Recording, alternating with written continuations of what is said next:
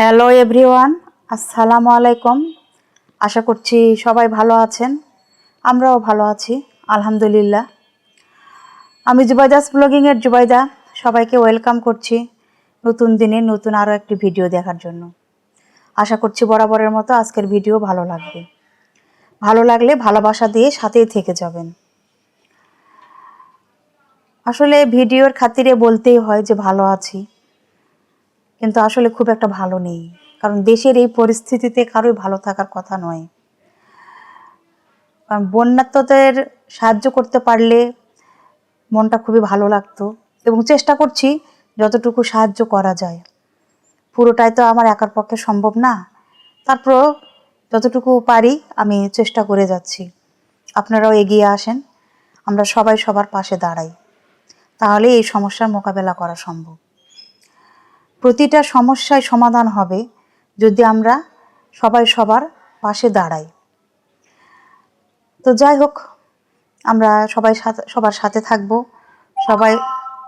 সবাইকে হেল্প করব, এই আর কি।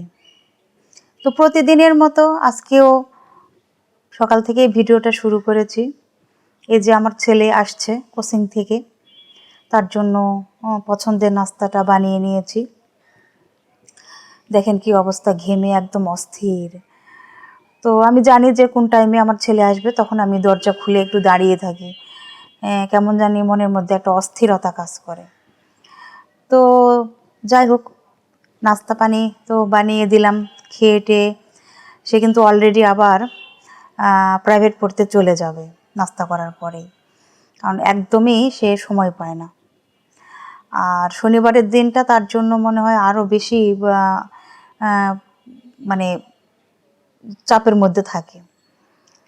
তো এই যে আবার আসতেছে প্রাইভেট পড়ে, কি অবস্থা দেখেন, মানে খুবই কষ্ট হয় তার।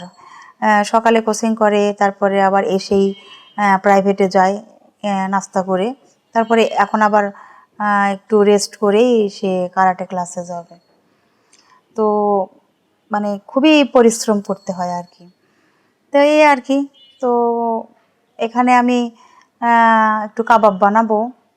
গরুর মাংস কিমা করে নিয়েছি।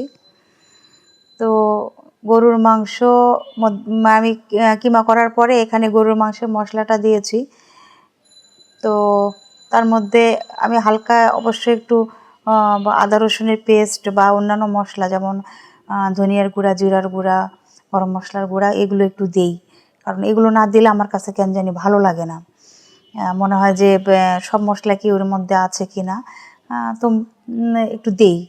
তো যেহেতু আমি একটু কাবাব বানাবো, দুজনেই খাবো একটু গরম গরম, মা ছেলে, তো ভাবলাম যে একটু দেখি হালকা পাতলা একটু বানিয়ে দেখি, পাতলা পাতলা করে, যে কেমন লাগে খেতে। তো পুরোটাই তো বানাবো না, কারণ এই মাংসটা দিয়েই আমি আবার হচ্ছে চিকেন বল বানাবো, সরি, মানে হচ্ছে গরুর মাংস দিয়ে গোল গোল করে মিট বল বানাবো আর কি। তো তোমার চিকেন এত পরিমাণে খাওয়া হয়, এই জন্য শুধু মুখ দিয়ে চিকেনটাই বেশি বের হয়ে যায়। তো যাই হোক, এটা হচ্ছে বিফ দিয়ে আমি করছি। তো আমি এখন কাবাবটা করে নিব। তো এখানে সামান্য একটু গরম মশলার গুঁড়ো দিয়ে দিচ্ছি।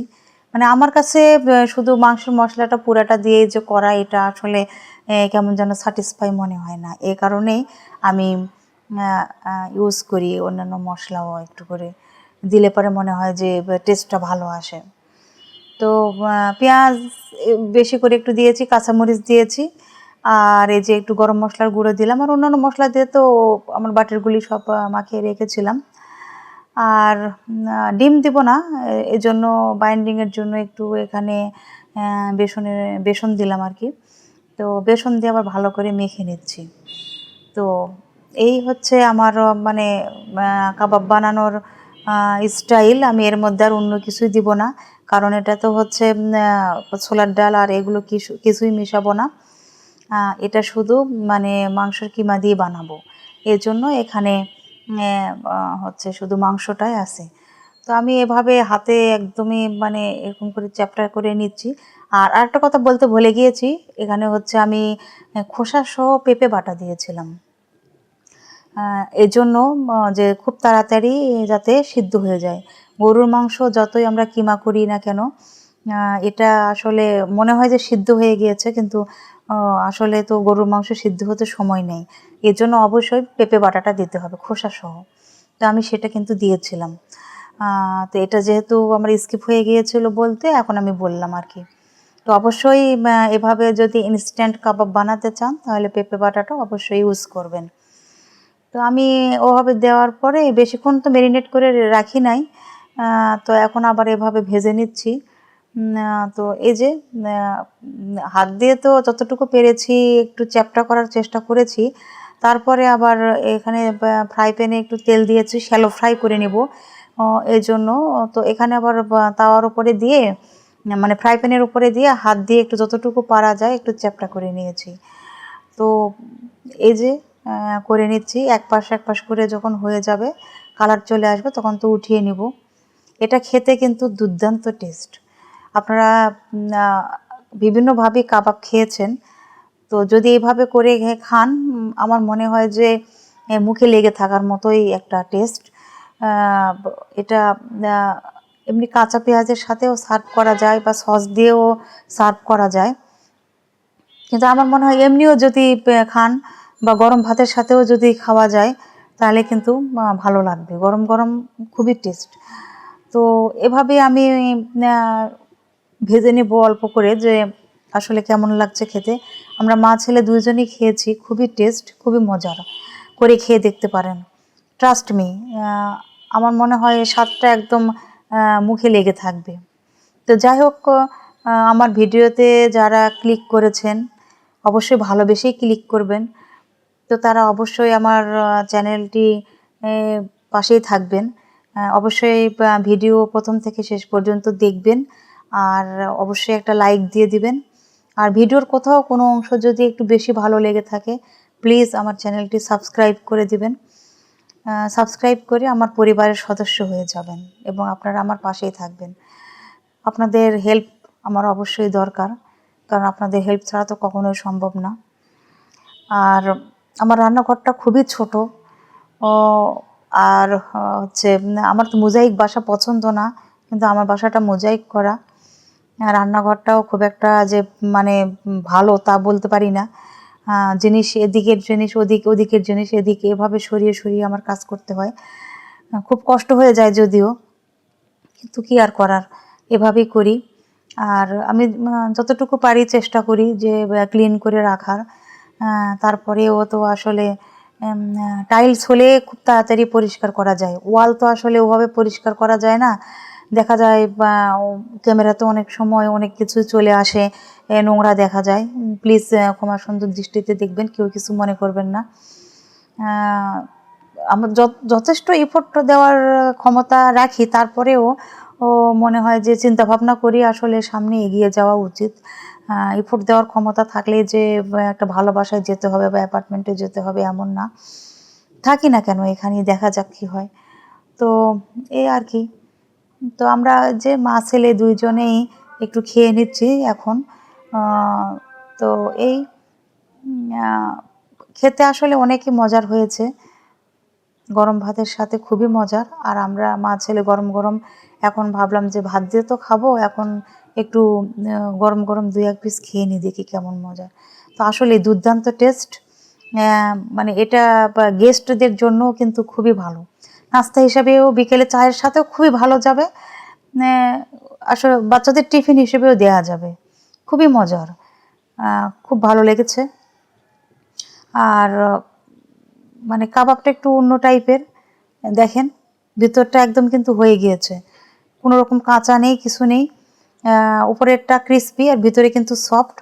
খেতে দুর্দান্ত টেস্ট, দেখে বুঝতে পারছেন। তো অবশ্যই আপনারা করে খেয়ে দেখবেন, ভালো লাগবে আশা করছি। তো যাই হোক, ভিডিওটি আমার প্রথম থেকে শেষ পর্যন্ত আপনারা দেখবেন, আপনারা আমার পাশে থাকবেন। আমার মানে কোন কোন ধরনের ভিডিও দেখতে আপনাদের ভালো লাগে প্লিজ আমাকে কমেন্ট করে জানাবেন। আমার যতটুকু ক্ষমতা আছে, মানে যতটুকু আমি পারি আর কি, আমি আপনাদেরকে দেখানোর চেষ্টা করব। তবে আমি অনেক খুশি, আমার যতটুকু যা আছে এটা নিয়ে আমি খুশি। আমি এভাবেই সামনের দিকে এগিয়ে যেতে চাই। তো বাসায় তো আসলে এই ঢাকনাগুলো সবারই আছে কম বেশি। তো আমার তো প্রচুর পরিমাণে ঢাকনা লাগে, আমি ইউজ করি। আর হচ্ছে কিভাবে পরিষ্কার করি সেটাই আমি আপনাদের সঙ্গে দেখাচ্ছি। তো পানিতে এভাবে ভিজিয়ে রেখেছি, আর এটা আমি দারাজ থেকে নিয়েছিলাম, খুবই কাজের। তো এটাতে আমি যে সামান্য পরিমাণে একটু ভীম নিয়েছি, লিকুইড ভীমটা নেওয়ার পরে আমি এটা সরপশে ঘষা দিলেই কিন্তু খুব ভালো পরিষ্কার হয়। আমরা অনেক সময় মাজনি দিয়ে পরিষ্কার করি, এতে কি হয় হাতে কিন্তু একদমই মানে হাতের নখগুলো একদম ক্ষয়ে যায়। দেখবেন আমার তো মনে হয়, আমার কাছে যেটা হয় সেটা হচ্ছে ডান হাতের নখগুলি আমার কখনোই কাটতে হয় না। এটা নেওয়ার পরে আমার এত বেশি পরিমাণে সুবিধা হয়েছে যে আমি খুব সহজেই সব জিনিসগুলো পরিষ্কার করতে পারি খুব দ্রুত। তো যাই হোক, দেখতে পেলেন আমি সরপশগুলো কত সুন্দর করে পরিষ্কার করেছি, আর দেখেন একদম ঝকঝকে হয়ে গিয়েছে। আর যে বাকি কাবাব বানানোর পরে যে মাংসটুকু ছিল সেটা দিয়ে আমি এই যে কোপ্তা বানিয়েছি, সেটা দুপুরে রান্না করে নিয়েছি, কোপ্তা কারি করেছি। খেতে কিন্তু খুবই মজার হয়েছিল। ওটা জাস্ট গোল করে আমি তেলে ভেজে নিয়ে পরে মশলা দিয়ে কষিয়ে রান্না করেছি, এজন্য আমি আর ওভাবে ভিডিও করি নাই। আর এখন হচ্ছে বিকেলবেলা। তো আজকে আমি স্যুপ আমি প্রায় দিনই করে থাকি। চিকেন স্যুপটা কখনো আমরা বাইরে কিনি না, যে বাইরে যদি কখনো চাইনিজ রেস্টুরেন্টে যাই তাহলে থাই স্যুপ বা থাই স্যুপটাই আসলে খাওয়া হয়। তো চিকেন স্যুপ যেটা চিকেন কর্ন স্যুপ, এটা সবসময় বাসায় বানাই এবং বাসাটা খুবই ভালো হয়। তো আজকে একটু অন্যভাবে সার্ভ করছি ফুচকা দিয়ে।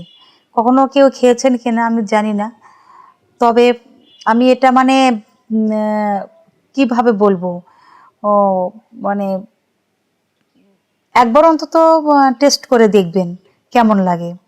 খুবই মজার, খুবই টেস্টি। মানে আমার মনে হয় যারা এখনো খান নাই তারা অবশ্যই খেয়ে দেখবেন, খুবই এনজয় করবেন। এটা এনজয় করার জন্যই একটা জিনিস, মানে খুবই মজার। তো আমরা মা ছেলে তো স্যুপ খেয়ে নিলাম আর খুবই মজা করে খেয়েছি। আর আমার বাসায় যে দুটা জিনিস না থাকলেই একদম চলে না, সেটা হচ্ছে এই যে চিকেন ম্যারিনেট করে আমি রেখে দেই, যখন মন চায় তখন বের করে রাখি, তারপরে ঠান্ডাটা ছেড়ে গেলে ভেজে নিই। আর এই যে কাবাব বানিয়ে রেখে দিয়েছি, এখানে হচ্ছে মাংসের সাথে বিফের সাথে আমার ছোলার ডাল দেওয়া আছে, দিয়ে যে কাবাবটা আমরা সাধারণত করে থাকি সেইটা। এই দুটা জিনিস আমার বাসায় অল টাইম থাকে, এই দুটা ছাড়া আমার চলেই না। তো এই যে চিকেন ফ্রাই করে নিচ্ছি আর কাবাব ভেজে নিব, অলরেডি ভাজা হয়ে গিয়েছে, মানে তিনটা তিনটা করে ভাজতেছি আর কি। আর ডাল থাকবে, সাথে অন্যান্য তরিতরকারি থাকে, কিন্তু সেগুলো কেউই নেয় না। এই চিকেন দিয়ে কাবাব দিয়েই আমাদের খাওয়া হয়ে যায়। রাতের বেলা এই খাবারটা আমার বাসায় প্রায় দিনই হয় এবং এত বেশি বাবা ছেলে পছন্দ করে খায় তা চিন্তার বাইরে। এই দুটা জিনিস আমার ফ্রিজে সব সময় থাকেই এবং থাকতেই হবে, মাস্ট, এরকম একটা অবস্থা। তো যাই হোক, সবাই ভালো থাকবেন। আজকে এই পর্যন্তই। আল্লাহ হাফেজ।